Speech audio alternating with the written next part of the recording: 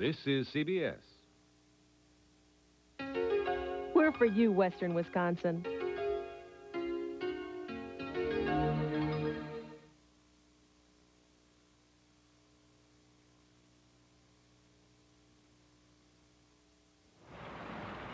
Some 50-mile-per-hour winds can create quite a mess. Just ask the people in the Kenwood neighborhood of Minneapolis. The cleanup from today's storm is just one of the items coming up next.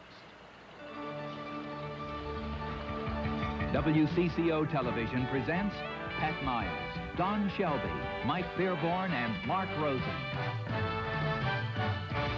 This is the 10 p.m. report.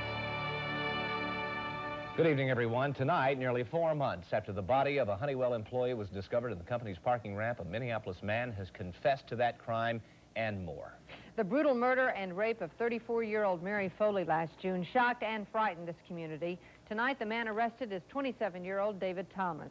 Today, he pleaded guilty to first-degree murder in Mary Foley's death.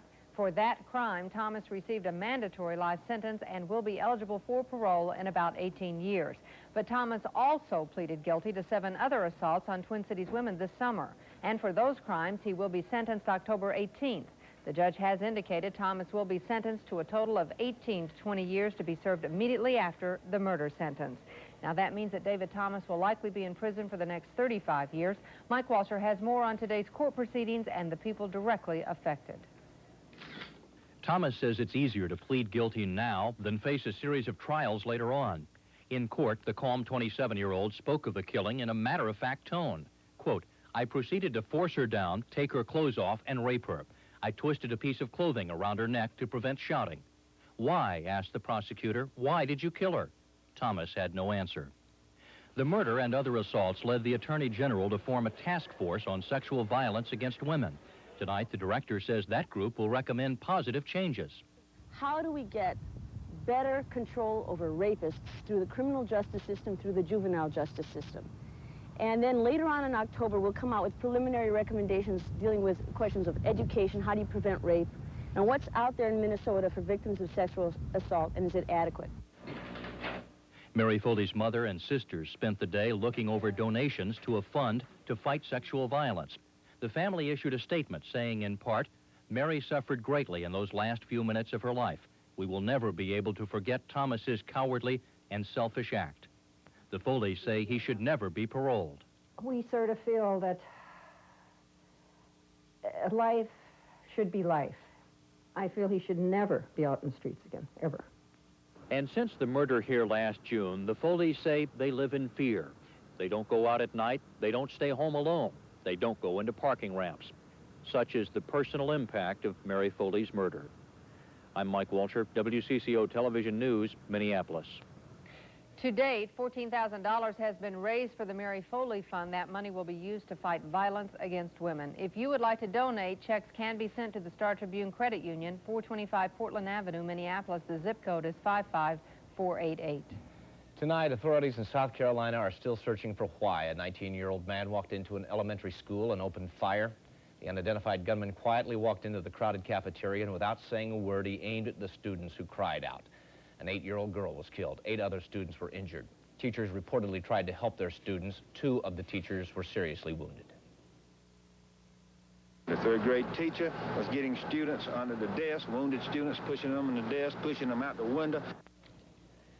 Parents raced to the Oakland Elementary School as the news of the shooting spread.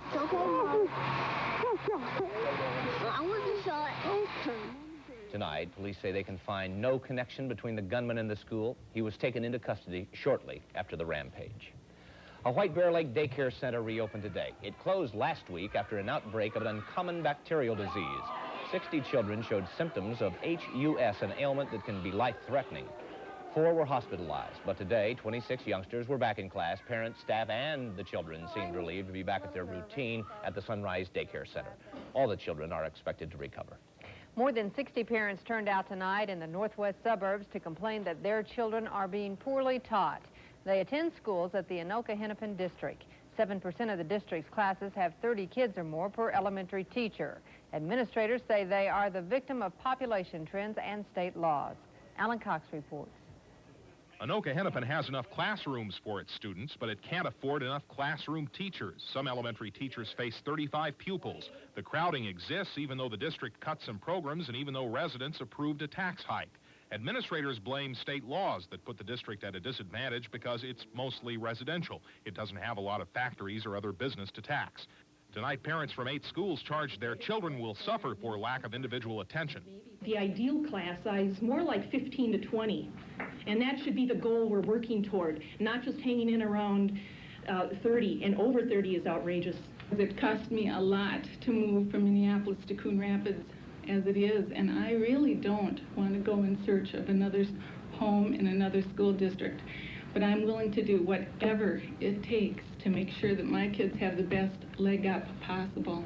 We do continue to look at further budgetary items that we can cut and shift, and we look for other solutions. Parents say they'll help push for changes next year in the legislature, and administrators here say that Anoka-Hennepin will join 41 other school districts in a lawsuit against the state, charging that the way education money is divided up in Minnesota is unfair and unconstitutional. Alan Cox, WCCO Television News, Coon Rapids.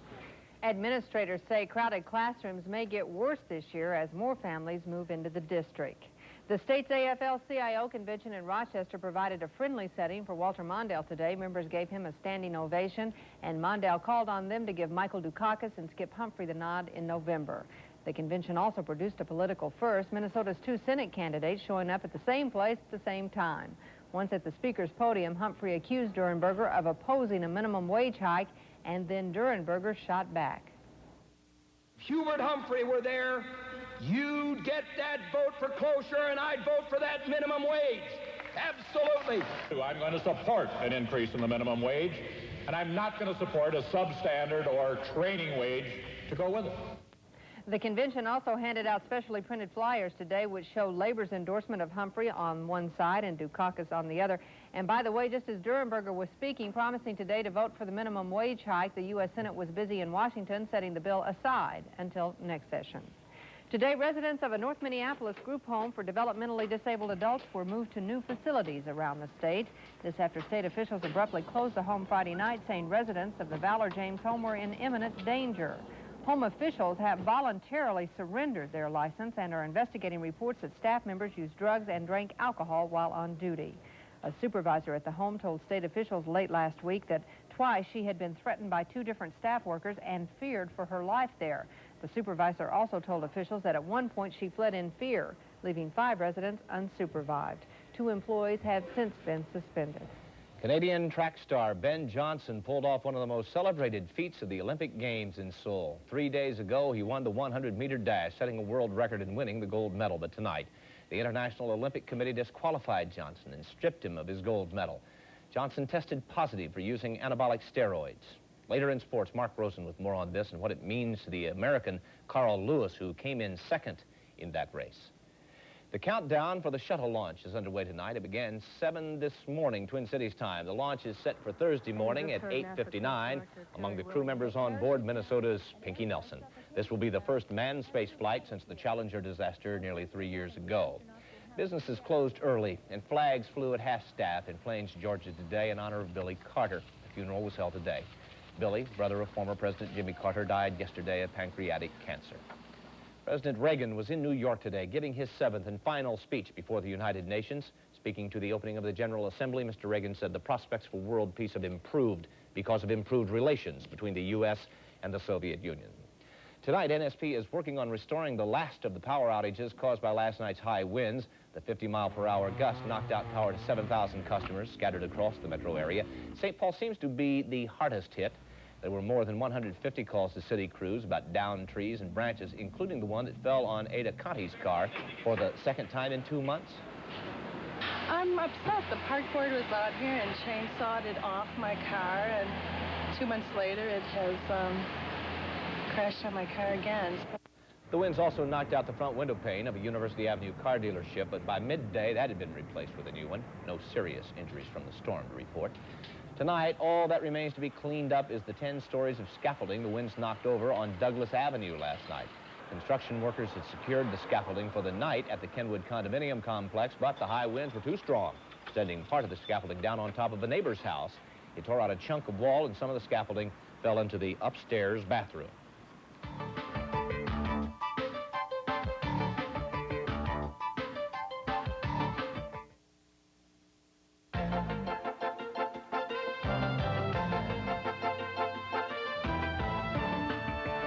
Tonight in Dimension, the personal side of an organization which provides relief in times of trouble. Famine in Africa, house fires in the Twin Cities, hurricanes in the Gulf of Mexico.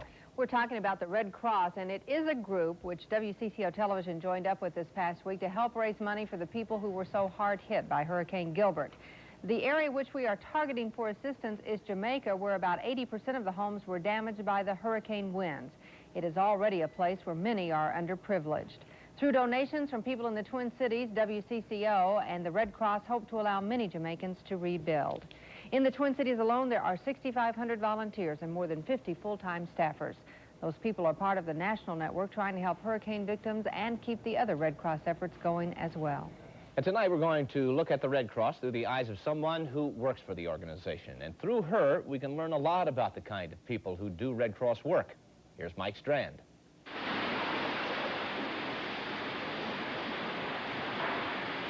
Each morning, Kathy Oberlin goes about her daily routine like a lot of working people these days, but with a distinct difference.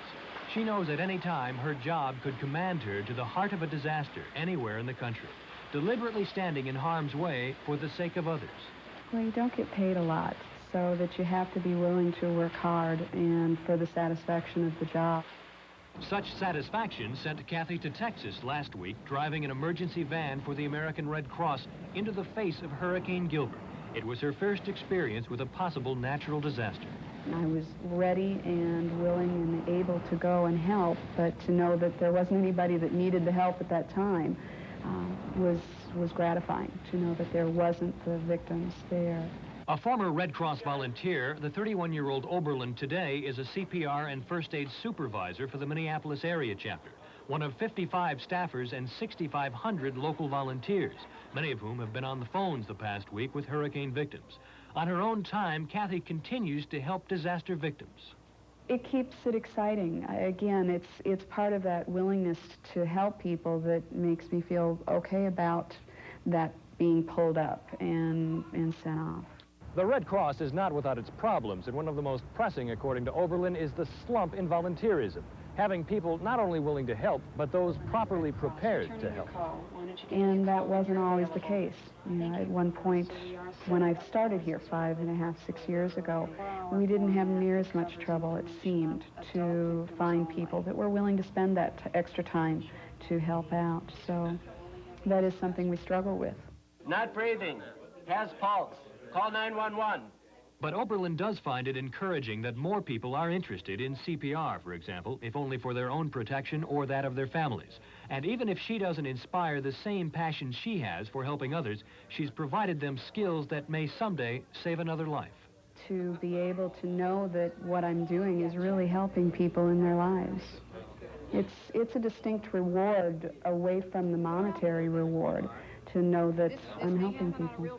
I'm Mike Strand, WCCO Television News, Minneapolis.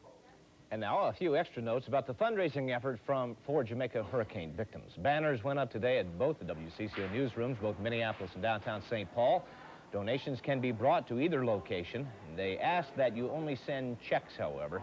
You can send donations to the Twin Cities Red Cross, Post Office Box 11842, St. Paul, Minnesota 55111.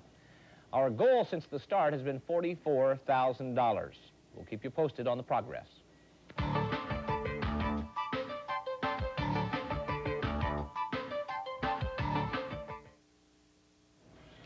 Mark Strell. Mark, yes, and here on a beautiful day. Wasn't it fantastic? Oh, terrific. We should squeeze another one out tomorrow before Wednesday. A few clouds roll in. I don't know if you were out tonight. Beautiful full moon. 74 something too tonight. Yeah. It was warm. In fact, yeah, it has been in the 70s throughout much of the early evening. But a beautiful, well, nearly full moon. The full moon, the harvest moon officially was last night. But if you've been looking at those rings around the moon tonight, we have a few phone calls. What the heck are those, Mark? That's actually the light of the moon refracting through some of the ice crystals in the upper atmosphere. A little weather trivia for you to know tonight. Clear skies right now in the Twin Cities. We have 64 degrees. Not too bad, huh? Relative humidity, 73%. Winds out of the northwest at 9. And the dew point, 55 degrees, and the barometric pressure is rising. Our high today, believe it or not, all the way up to 78 degrees. Of course, if you're out today, you believe it, you're probably out enjoying it. That's a whole 12 degrees above normal for this date. Morning low at 57. We did pick up 13/100ths of an inch of rainfall earlier this morning with a shower that rumbled across the Twin Cities. Sunrise tomorrow at 7:06 and sun sets at 7:02. The latest 5-state satellite picture shows nearly clear skies everywhere in the state. A few clouds working their way in through the Dakotas and Nebraska, and that really won't affect us because it looks like we'll have a pretty nice weather again tomorrow as a high-pressure system continues to funnel down some pretty nice weather for us. Temperatures as of last hour, 48 degrees in Duluth, 51 at International Falls, even 64 at Fargo. The warmer temperatures hanging on here in the south, 68 degrees at Rochester. Tonight we should bottom out low 50s or so. Lower 40s in the northern half of the state, and that's about 10 degrees above normal. So enjoy the mild nights and the mild daytime temperatures while they abound. Gorgeous day across the nation. Nary a shower anywhere. A few showers in the northwestern portion of the United States, Oregon and Washington. About the only uncomfortable weather today was in the Florida Peninsula, where temperatures in the 90s. Fort Myers, Florida, up to 95 degrees today, and Apalachicola, a new record at 92, with some humid, muggy conditions down there, but as you can see, clear skies and pretty dry conditions across the entire nation. That will be true for us here in the Twin Cities tomorrow. Plenty of sunshine for us. The frontal system will push further down to the south. Really won't affect us at all. Most of the showers and thunderstorms in the Rocky Mountain West, where they could use some more moisture out there. And the temperatures nicking the 70 line here in the Twin Cities. You're doing any traveling up to the north, you're running to 60s, and the coolest spot in the nation tomorrow, right around War Road, International Falls, and the North Shore, where they should peak out into the 50s. Our forecast tonight for the Twin Cities, mostly clear and mild. Look out your window. Enjoy the moon tonight. Low of about 53 degrees. Winds out of the northwest at 5 to 10. Mostly sunny, breezy, and mild all the way up to very close to 70 degrees tomorrow. Again, the winds, rather gusty at times, 10 to 20 out of the northwest. And clear to partly cloudy skies on Tuesday night, a low of about 45 degrees as we begin to cool down. And on Wednesday, that's when the clouds roll back in. Chance of showers in the afternoon, a high of 65. The extended forecast calls for partly sunny skies each day. We'll cool back down to where we ought to be. Temperatures in the mid-60s and overnight lows in the mid-40s. So typical autumn-like conditions. Beautiful, too. Love this time of year. Me too. Thanks, Mark. Thanks, Mark. Up next, in sports, what's wrong with Wade Wilson? And more on track star Ben Johnson, who tonight lost his gold.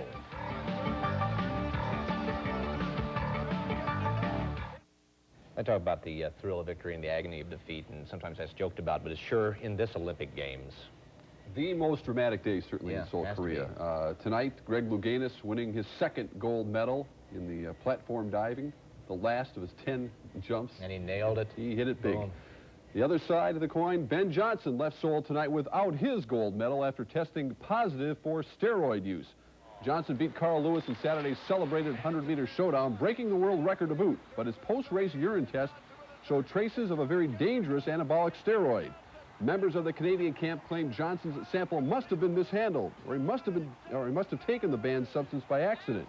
But Olympic officials standing by their test results stripped Johnson of his gold medal and awarded it to Carl Lewis. Maybe the infighting of the Olympic Committee will decide that. All the pennant races, meanwhile, have been decided except the American League East, where the Boston Red Sox appear to be spurting, then sputtering, then spurting, then sputtering to the title. With a full moon at Fenway tonight, it's fitting that the Sox were in their sputtering mode. Wes Gardner, one of these Sox unsung heroes, unleashes a wild pitch, scoring Tony Fernandez for the Blue Jays. Toronto all over Boston tonight, 11-1, so Boston's magic number still at 3 because Detroit defeated Cleveland 6-3, Tigers trailing by 3.5. The Yankees barely hanging on, defeating Baltimore that final 5-4.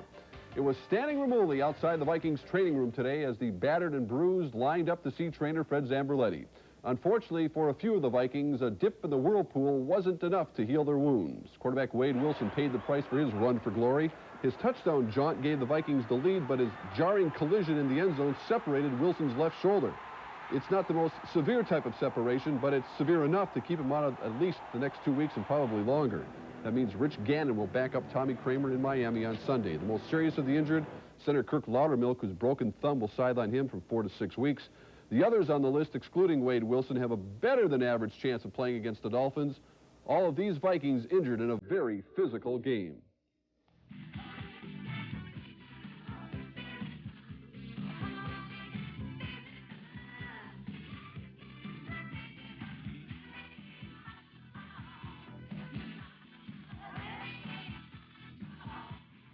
Physical play was the only way when the Vikes faced the Eagles yesterday. Ironically, however, this game of physical football was won by the smallest Viking of them all.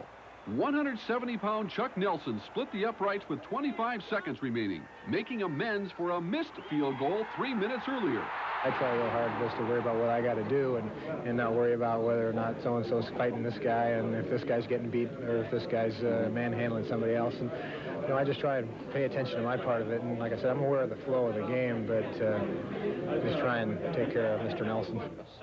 A star was born Saturday when the Gophers' Chris Gators broke loose against Northern Illinois. His spectacular punt return kept the Gophers in this game. His spectacular fourth quarter reception won it. Gator stays with a touchdown. Great play, great play. A bounce off. It was a great one. Minnesota's star of the past few seasons, tailback Darrell Thompson, sprained his ankle in the game, but he's been healing quickly. Darrell ran gingerly in practice today and should be able to play in the Gophers' Big Ten opener Saturday at Purdue. In the National Football League tonight, a wild one. Denver led this game, Pat Miles, 24-0 at the half, but your Broncos, it's 27-27. I don't like them anymore. I don't like the Broncos anymore. You always loved the Broncos. No, I don't anymore, though. I like the Vikings. You believe her?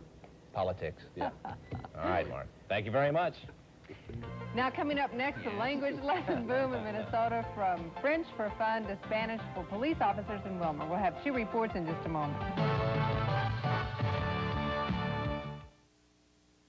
5 car dealers and a leasing company consistently promise more after-the-sale service than all the competition. You may already know us as the Plain Talk Dealers, where a higher standard of service is part of every deal. As a group, we are the Medcore dealers. Individually, we go by these well-respected names: Rosedale Chevrolet, Freeway Ford, Prestige Lincoln Mercury, Brookdale Ford, Suburban Chevrolet, and 20th Century Leasing. Medcore, your Plain Talk dealers.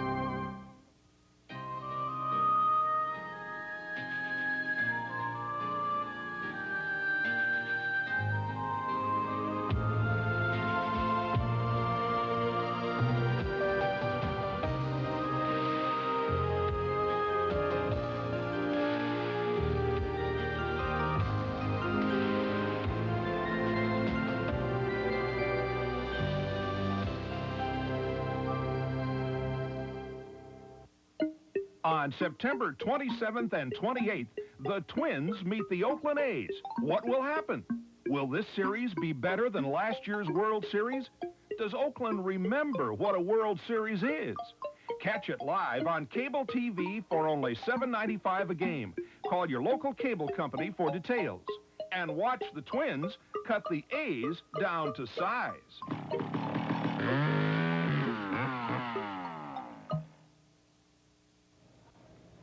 Our view of foreign language is changing away from the days when many in this country thought that everybody else had to learn our language. More young people are taking foreign language in the schools, and universities such as Minnesota are requiring incoming students to have at least 2 years of another country's language. Adults are also getting in the act, some just for fun, some out of necessity. The first of 2 reports, and adults and foreign language. We're going to take you into the lives of police in Willmar, Minnesota.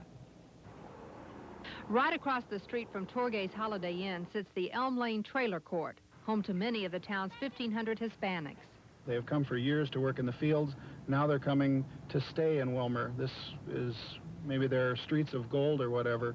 The Hispanics may not have encountered streets of gold since they moved north from Texas, but they have encountered the law.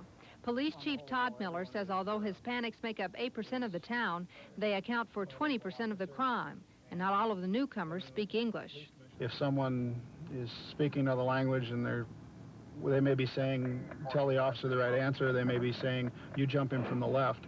So far, no officer's been jumped, but many are nervous. It can make you afraid. I was afraid the other night at an incident where we had to get out of a place just for our own safety and call for some backup. When Terry Albers joined the police force 10 years ago, he never thought he'd need to be bilingual. Now he's one of over 40 law enforcement officers learning a new language to meet a new problem. The Hispanics don't understand about the Anglos, and the Anglos don't understand about the Hispanics. Many of the new words are geared to law enforcement, but some lessons concern more basic street talk. I mean, you think the law is not listening to you because they can understand you, but if they can really understand Spanish, they will, you know, understand you, you will not be mad. Augusto Anderson hopes his classes will prepare Anglo officers to better understand the signs of the times, but it will take time. What can you say? Babe, bee, bo, boo. Those are the phonetics. 65 000. Bravo! Arlene Mann doesn't use a textbook to teach French in Minneapolis. Instead, she relies on soft lights and a few sleight of hand tricks to capture her students' imagination. People relax, people have fun, people immerse themselves to the point where they forget that there's anything else going on, that this is really a language class, and suddenly, in this short period of time, they're speaking the language. Je voudrais 39 ans. Oui. Et où est-ce que vous allez habiter? Où est-ce que vous habiterez? Well, we call it class, but it's not the usual class because it's totally non-threatening. Margaret Lydell is studying French, so she'll enjoy Paris more on her next vacation. She teaches at the Minneapolis Technical Institute, but in this class, she's not a teacher. She's Simone, a famous socialist politician with a lover on the side. Femme politique. And when organization development consultant Jerry Francheri enters class, he's a new man. I'm Jacques Briere, and I'm Le Pompier. I'm a fireman. Arlene Mann says the fantasy characters, puppets, and gypsy fortunes are key to her super learning method. Mann claims the method allows students to learn languages in as little as 12 days. These students have had a 7-week intensive course, and although they're far from fluent, students say they've had fun and they've learned a lot. I feel like I can survive very easily, and I'm certain that I can understand quite a bit. Ça c'est magnifique, hein? Quel mariage!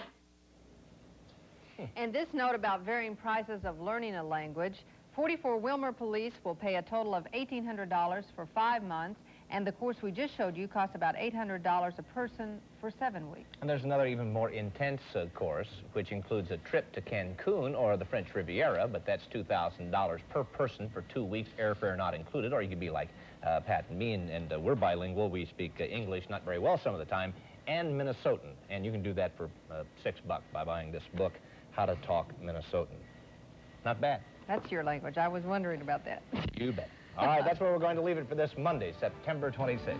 Until tomorrow, good night, everyone. Good night.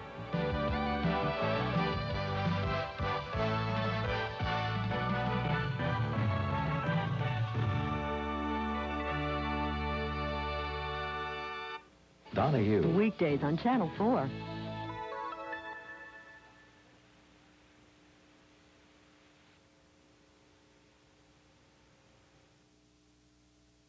Good morning. This is meteorologist Sherry Ackerman. Glance out your window this morning. Take a gander at that beautiful harvest moon. It will not set until 9:30 this morning. A lot of high clouds are moving into the region this morning. They are going to provide an effective filter on our sunshine today, but by tomorrow, some more rain is in our forecast. Today, though, it's going to be gorgeous out, partly to mostly sunny, a little cooler than yesterday, a high of 68 with a north wind at 5 to 15. Mostly cloudy tonight, a low of 47. Showers and rain tomorrow with a high of 63. Have you ever said, it will take a lot of convincing to make me believe that? I know I have. That was also the reaction of Thomas when he heard the news that Christ had risen from the dead. It would take a lot of convincing to persuade him to believe in the resurrection. The proof of Christ's resurrection is overwhelming. The Bible records the many historical accounts of Christ's appearances to his disciples. In the resurrection, there is hope and comfort from our Christ-based faith. And may that hope and comfort of the resurrection of Christ be yours by faith as you live today.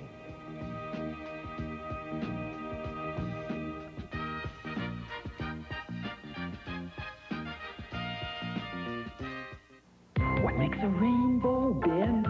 Where does the universe end?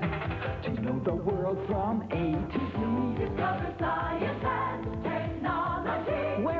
dinosaur. What's on the ocean floor? To know the world from A to Z. Astronomy, biology, chemistry, zoology, science and technology. It's fun, you see. Why is the sun so warm? What makes a winter storm? And what's a quadruped? Why is the planet Mars red? You'll find there's lots to know, exploring as you go.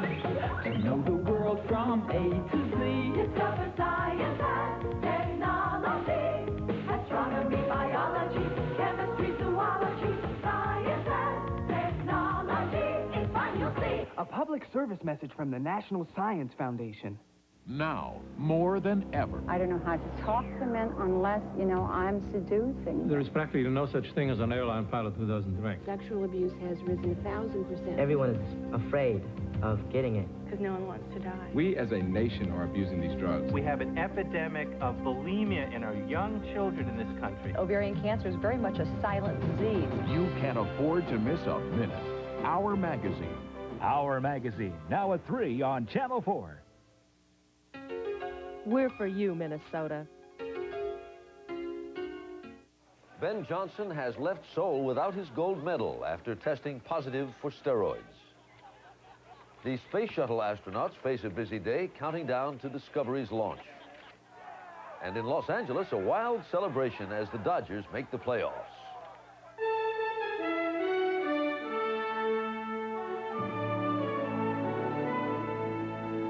This is the CBS Morning News. Good morning, everybody. I'm Charles Osgood. And I'm Faith Daniels. It's Tuesday, September 27th. Leading our news this morning, sprinter Ben Johnson of Canada is on his way home from the Olympics this morning in disgrace. Johnson was stripped of his world record victory in the 100-meter dash after a shocking revelation. Drug tests indicate he used an anabolic steroid sometime before the race. Johnson's gold medal has now been awarded to Carl Lewis, the American who finished second. In Seoul, Mark Phillips reports on the Olympic scandal. Ben Johnson's fall from grace was a very public event. He was escorted through Seoul Airport by a phalanx of security guards and a crush of cameras. He said nothing. As he was leaving, the International Olympic Committee was condemning him for cheating and stripping him of his Olympic glory. Despite the disappointment in respect to the athletes, they're out. They're disqualified. The Olympic movement will not tolerate doping. Canadian officials argued that Johnson had been set up, that as he warmed up for Saturday's big race, someone had switched drinking bottles on him. The steroid later found in his urine sample, the Canadians say, came from the bottle. So he received the bottle from someone he doesn't remember who. Ben is a very trusting person, and he drank from the bottle. The IOC rejected that argument. The steroid was found and Ben was out. The news rocked the Olympics. It was the talk of the athletes' training track. You see, so these guys are ashamed to the sport. They should just be eliminated from it. That's what I think. I am surprised, but I'm not too shocked, you know, because the guy's too incredible. The IOC says the Ben Johnson affair is a black mark for the games, but that its action in disqualifying him is a sign they're serious about drugs. The athletes say there's still a long way to go. Geez, you got human growth hormone, you got all kind of stuff, red blood improvement. Steroids is nothing anymore. I mean, that's just itty-bitty stuff. For the IOC, the drug scandal casts a deep shadow over these games. For Ben Johnson, it puts all of his achievements in doubt. For Canada, which had taken Johnson very much to heart, elation has turned to pain. Mark Phillips, CBS News, Seoul. And 2 American swimmers are in trouble with the law in South Korea. Gold medal winners Doug Geertsen and Troy Dalby went to a police station today for questioning. They admit they stole a marble lion's head from a Seoul nightclub over the weekend. An American official says it was a prank gone berserk, and today the swimmers publicly apologized.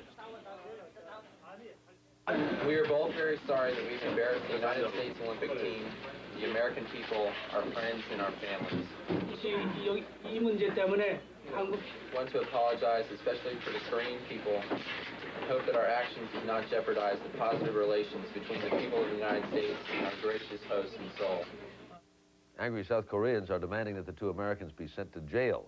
Dalby and Geertsen were members of the U.S. team that set a world record in the 800-meter freestyle relay.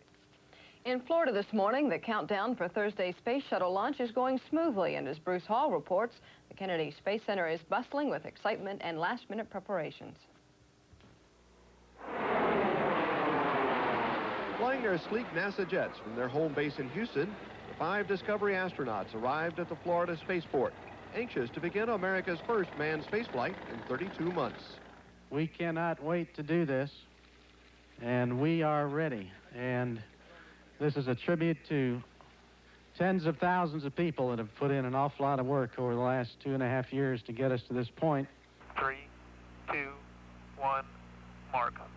With the launch on go, hundreds of controllers will be at their consoles for the duration of the countdown. We're looking forward to doing this job, doing it right, and then launching on time. After the Challenger disaster, it is clear NASA will take no chances in trying to meet Thursday's scheduled launch. I think this flight will probably be one of the safest ever went off because nobody's going to be cutting any corners, nobody is going to be taking any chances with safety, and that's the way it should have been all the way through. NASA will be keeping a close eye on the weather. Storms delayed the astronauts' arrival, and more rain could arrive on Thursday, launch day.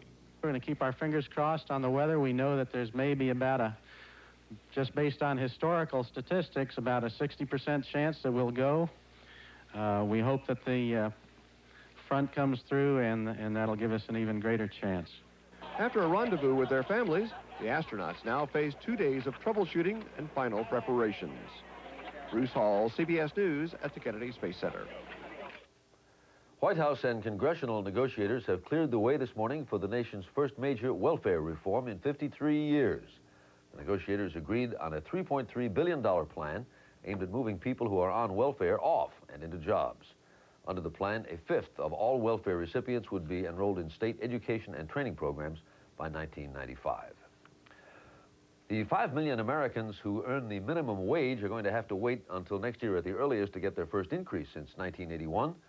Senate Democrats tried to get a minimum wage hike, but finally gave up the fight. Phil Jones has the story. To appreciate this story, you have to keep in mind it's time for the '88 campaign games. Time to go for the political gold. If you're a Democrat, you're on the offensive, trying to embarrass the Republicans. If you're a Republican, you're playing defense. Now that you understand what's going on here, we take you to the Senate floor, where Democrats are on the offensive with a proposal to raise the minimum wage from $3.35 to $4.55 an hour. These workers are looking for encouragement. They work for a minimum wage, and we should at least give them a minimum of hope. Republicans want a smaller increase and a sub-minimum training wage, which GOP presidential candidate George Bush favors. If we took his approach without a training wage, whose jobs are going to be lost? 200,000 to 1 million jobs. They'd be the unskilled, the least advantaged people in our society. Those who need the chance the most would lose their jobs. Democrats block the Republican proposals. Republicans launch a filibuster. Finally, frustrated Democrats throw in the towel. They lose the Senate battle, but are convinced they have won a campaign issue. What's so important to you there, Mr. Senators? Why don't you stay 2 or 3 more days and give a sense of economic justice to the 16 million people who've been left out of this alleged prosperity that we have had over the period of the last 8 years? So the minimum wage legislation is dead for this year, but stay tuned for more campaign fun and games. Phil Jones, CBS News, Capitol Hill. Well, the Northwest is finally getting some rain. Mark McEwen's here to tell us about it. Only a month late, better late than never. Take a look at the satellite. Yesterday, Washington and Oregon got a lot of rain, and those clouds are expanding over the northern Rockies this morning. Scattered clouds around the Denver area. No rain is being reported. Rest of the country, clear skies, and for later on today, isn't going to feel much like autumn for the lower half of the country. Look for bright and sunny skies, temperatures in the 80s and 90s for later on today. It's going to be just beautiful, and what goes along with those nice temperatures, low humidity, so it's going to be a nice day. Rain in Washington and Oregon should be reaching into the Dakotas a little bit later on this afternoon. Out there on the West Coast, as you can see, 92 for a high in Las Vegas and 70s in California, but basically the lower tier of states, 80s and 90s, a beautiful Tuesday. A lot of people owe me money for giving you that good forecast for today. That's a good look. Quick look at the national forecast. Let's take a look at your weather. Good morning. This is meteorologist Sherry Ackerman. It's going to be partly to mostly sunny today with a high of 68. Tonight's low of 47, cloudy with showers and rain tomorrow.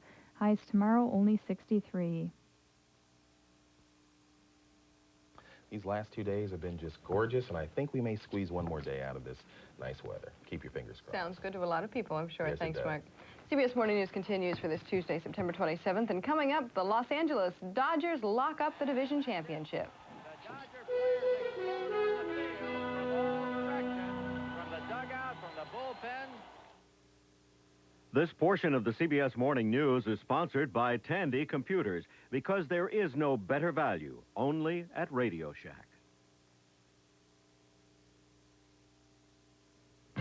We save $200 at Radio Shack on a great family computer, the Tandy 1000HX, on sale for $499. And with this color monitor, the system was still less than $799. It's IBM PC compatible and comes with easy-to-use DeskMate software. So the kids can do homework, and I can compose letters or music. And the $200 savings helps me balance our budget. The sale price Tandy 1000HX with software only $499. Complete system with color monitor less than $799. Only at Radio Shack. Fans, please. Mr. Garfield, welcome to Embassy Suites Hotel. My room. Here you get a suite for about the price of a room at most Marriotts or Hyatts. Beautiful. Don't change a thing. The living room, sir. Love what you've done with this room. The bedroom. This is great. I need my space. And of course you'll want to take advantage of Embassy Suites' free breakfast. Food. Served every morning. At Embassy Suites, you don't have to be a fat cat to enjoy the sweet life. I resemble that remark.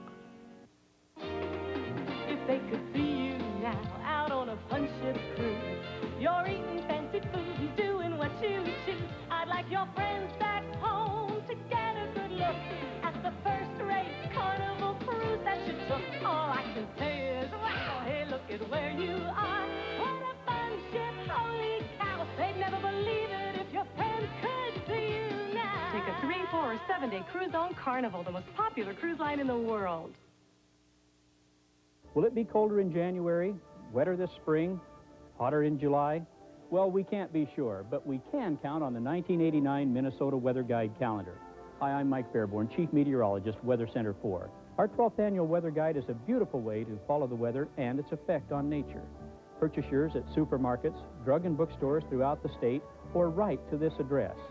They make great gifts, and the profits benefit the Freshwater Foundation and the Science Museum of Minnesota. In business news this morning, word that the Eastman Kodak Company is going to pay a $200 million settlement to millions of people who bought the company's instant picture cameras but can't use them. A Chicago judge has approved this settlement. It means that the more than 3 million people are going to get up to $70 apiece in cash and coupons. Kodak was forced to stop making instant cameras and film after losing a patent dispute with Polaroid. On Wall Street, the Dow Jones Industrial Average fell 5.5 points to close at 2,085. In Tokyo, stock prices were up, and in European trading, the dollar is holding steady. In London, the price of gold is $397 an ounce. That's up $1.80. And silver is up 4 cents to $6.14.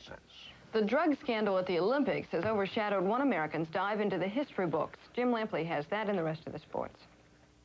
Good morning. While the news of Ben Johnson's steroid use tainted the Olympic day in Seoul, American diver Greg Louganis reminded the world that every dark cloud has a silver lining. Louganis came from behind on his final platform dive yesterday to beat 14-year-old Zhang Mi of China for the gold medal. With that first-place finish and his gold in the springboard event, Louganis became the first diver in history to win the double gold in back-to-back Olympics. The United States women's basketball team will get a shot at the gold. They defeated the Soviet Union yesterday to earn the right to face Yugoslavia in the final. The Los Angeles Dodgers won the right to take on the Mets for the National League pennant when they beat the Padres last night to clinch the National League West. San Diego took the lead in the first inning when Randy Reddy tagged L.A. starter Fernando Valenzuela with a 2-run homer. But the Dodgers tied it up with 2 solo home runs of their own. Then in the 8th, Mickey Hatcher's 1-out single to left scored Alfredo Griffin for the go-ahead run. Jay Howell came on in the 9th for the final 3 outs, and the Dodgers took home their 4th division title in the past 8 years. We went into this season and nobody gave us much of a chance, so for all the doubters out there, we pulled together as a team, and we just hope we can go a little farther this time. Okay, it's a great day for the entire organization and a great day for the city of Los Angeles. The city of Boston is still awaiting its great day as the Red Sox lost last night to Toronto. Their magic number to clinch the American League East is still at 3. The Los Angeles Rangers conceded 24 points to the Denver Broncos last night before Jay Schrader brought them back in his inaugural start for the Silver and Black. John Elway and company ran all over the Raider defensive line in the first half, while Denver's defense held L.A. scoreless. But Schrader came back strong in the third quarter and connected with fullback Steve Smith for 2 Raider touchdowns. Marcus Allen would run for another, and a Chris Barr field goal in the final seconds of regulation tied the game. Then Barr split the uprights again in overtime to give Los Angeles a big come-from-behind win. The victory put the Raiders into a 3-way tie for first in the AFC West, while Denver, the defending AFC champion, fell to 1 win and 3 losses. I'm Jim Lampley, and that's sports this morning. And the CBS Morning News continues this Tuesday, September 27th. On the CBS Morning News, here's a look at your weather. The southern 2/3 of the nation will have a beautiful late September day as those warm temperatures will continue. Meanwhile, it's a different picture from the northwest coastline over to the high plains where showers and thunderstorms can be expected. Oh, here she is. So I got up and walked out. You left work early? I told them I couldn't miss my kid's game again. She's crazy. She's brave. What is that? They call it peanut butter. You cut out of work early, then give her that brand? Lighten up, guys. They're all the same. Yeah, and the sky is purple. Smell, Jif. Hey, Jif smells more like fresh roasted peanuts. Oh, if this stuff tastes as good as it smells, I'm in trouble. Oh, I'm in trouble. Jif, there's the peanut. Great stuff. Outrageous. So I'm not done to read. You're close. For more fresh roasted peanut taste, choosy moms choose Jif. Well, this tastes just like fresh brewed to me. I can't believe it. That's what people have been saying in fine restaurants. But what would happen if you secretly switched Folgers Crystals for the fresh brewed coffee in your home? Let's listen. He's going to know. I'm never going to pull this off. He's going to taste it and he's going to say, this isn't your coffee. When I found out, I was totally shocked. Says, Terry, I said, the coffee smells good. I'll be down in a second. It was instant coffee, and I thought it was fresh brewed coffee. It tastes absolutely like what we drink when it's fresh brewed. I seriously didn't notice a difference, and here I said I was a gourmet. It smelled like brewed coffee.